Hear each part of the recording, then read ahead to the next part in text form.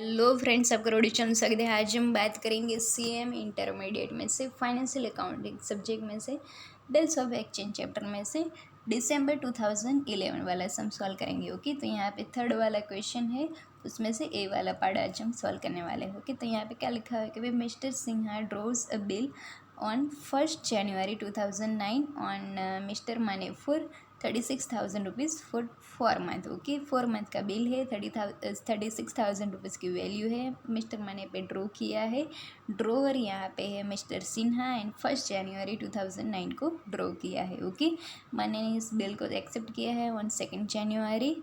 Okay, and return किया है सिन्हा को, एंड उसी डेट पे सिन्हा ने डिस्काउंट करवाया है बिल को 8% पर एनम चार्ज है डिस्काउंट का। ओके, यहाँ पे देखिए ऑन साइट ऐसा वर्ड नहीं लिखा हुआ है, इसलिए हम यहाँ पे बिल को एक्सेप्ट करने की डेट कंसिडर नहीं करेंगे। ओके, जब बिल को ड्रॉ किया है वही डेट कंसिडर करेंगे, इसलिए यहाँ पे हम 1 जनवरी को हमें बिल मिला है, उसी तरह से हम एंट्री पास करेंगे। ओके, चलिए अब हम आगे बात करते हैं।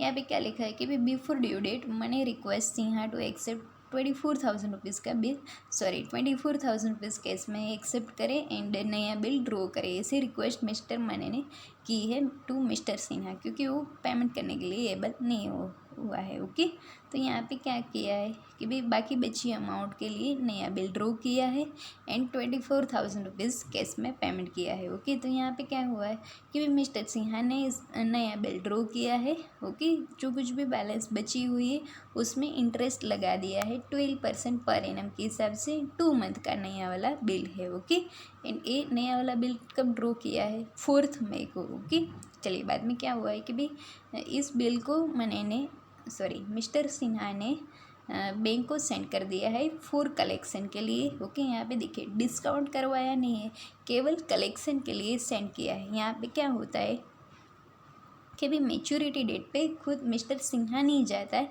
पर बैंक जाती है टू मिस्टर मनी के पास में पेमेंट रिसीव करने के बाद के लिए। ओके, इन पेमेंट रिसीव करने के बाद में बैंक जो कुछ भी अमाउंट मिलती है बिल की वैल्यू, ओके, वो मिस्टर सिन्हा के अकाउंट में क्रेडिट कर देती है। ओके, कि यहाँ पे मिस्टर सिन्हा को मैच्योरिटी डेट पे मिस्टर मनी के पास जाना नहीं पड़ता है। ओके, उसके एक्सचेंज में बैंक जाती है। ओके, तो इसके लिए वो कुछ डिस्काउंट का चार्ज लगाती है। ओके, ये जो कुछ भी प्रोसेस करती है इसलिए वो कुछ चार्ज डेबिट करती है, पर यहाँ पे हमको कोई चार्ज नहीं लिखा हुआ है। ओके, एंड ये बिल मैच्योरिटी डेट पे ऑनर भी हो चुका है। यहाँ पे हमको मिस्टर सिन्हा के बुक में जनरल एंट्रीज पास करनी है। ओके, तो चलिए अब हम बात करते हैं। फर्स्ट वाली एंट्री पास करेंगे 1 जनवरी को, जब हमें बिल रिसीव हुआ है उसकी। ओके, तो यहाँ पे bills receivable account debit to mister money account. Okay, तो यहाँ पे हमको मनी से रिसीव हुआ है क्रेडिट द गिवर, इसलिए हमने उसका अकाउंट क्रेडिट कर दिया है 36,000 रुपीज़ से।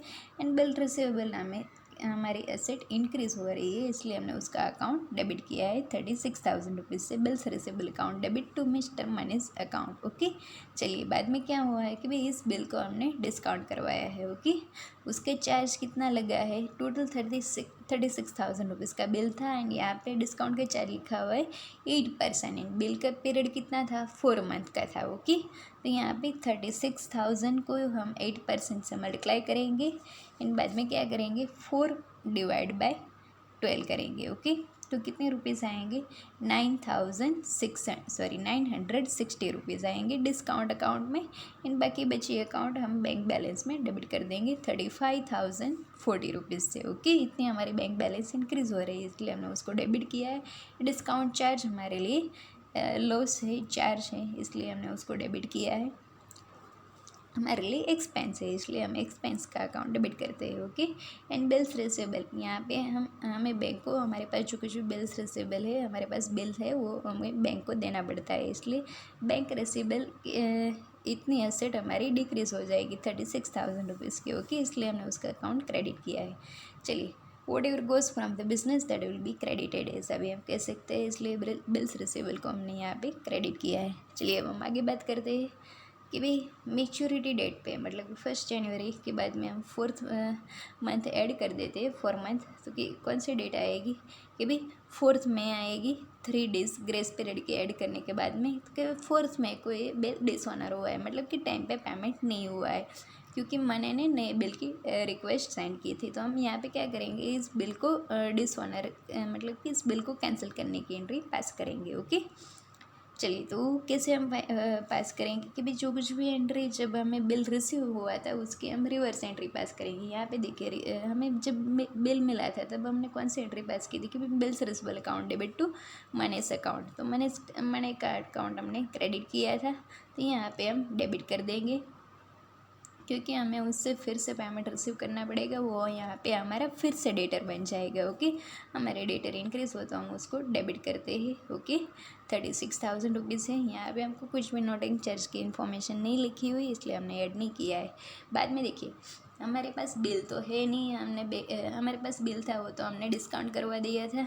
इन बिल बैंक के पास था, पर बैंक को भी मैच्योरिटी डेट पे पेमेंट नहीं मिला है, तो हमें तो बैंक को ही पेमेंट करना पड़ेगा। ओके तो यहाँ पे हमें बैंक को पेमेंट करने की हमारी लाइबिलिटीज़ इंक्रीज़ हो रही है 36,000 रुपीज़ की, इसलिए यहाँ पे हमने हमारी लाइबिलिटीज़ इंक्रीज़ हो तो हम उसको क्रेडिट करते हैं, इसलिए यहाँ पे हमने बैंक अकाउंट क्रेडिट किया है। तो यहाँ पे ये बात हुई बिल को डिसऑनर होने की एंट्री। ओके चलिए अब हम आगे बात करते हैं। नया वाला बिल जो कुछ भी हमें मिला है एंड इंटरेस्ट ड्यू हुआ है उसकी बात कर लेते हैं। ओके तो यहाँ पे देखिए नया वाला बिल कितने रुपीज़ का आएगा कि भाई टोटल यहाँ पे देखिए 36,000 रुपीज़ हमें उससे मनी से लेने थे, उसमें से उसने हमें 24,000 रुपीज़ दे दिए, तो बाकी कितनी अमाउंट बची है 12,000 रुपीज़। ओके 12,000 अमाउंट बची है, उसके ऊपर हमने 12% का इंटरेस्ट चार्ज किया है। 2 मंथ का नया वाला बिल है। ओके तो 12,000 multiply by 12% multiply by 2 divide by 12 करेंगे तो हमको इंटरेस्ट की वैल्यू मिल जाएगी 240 रुपीज़। ओके यहाँ पे बाय मिस्टेक के नीचे लिख दिया है, यहाँ पे 240 लिखने हैं, यहाँ पे 240 लिखने हैं। ओके तो यहाँ पे हमें किससे रिसीव करने हैं, मनी के अकाउंट से। ओके तो मनी का अकाउंट डेबिट करेंगे 240 रुपीज़ से। किस चीज़ के हैं, इंटरेस्ट के हैं, इंटरेस्ट हमारे लिए इनकम है, इसलिए हमने उसका अकाउंट क्रेडिट किया है 240 रुपीज़ से। ओके चलिए अब हम आगे बात करते हैं। जो कुछ भी हमें कैश मिला है कितने रुपीज़ का है 24,000 रुपीज़ का, तो ये हमारी कैश बैलेंस इंक्रीज़ हो रही है, एसेट इंक्रीज़ हो तो हम उसको डेबिट करते हैं। यहाँ पे देखिए टोटल 12,000 रुपीज़ बचे हैं। ओके 36,000 रुपीज़ में से 24,000 निकाल दिए तो कितने बचे हैं 12,000 रुपीज़।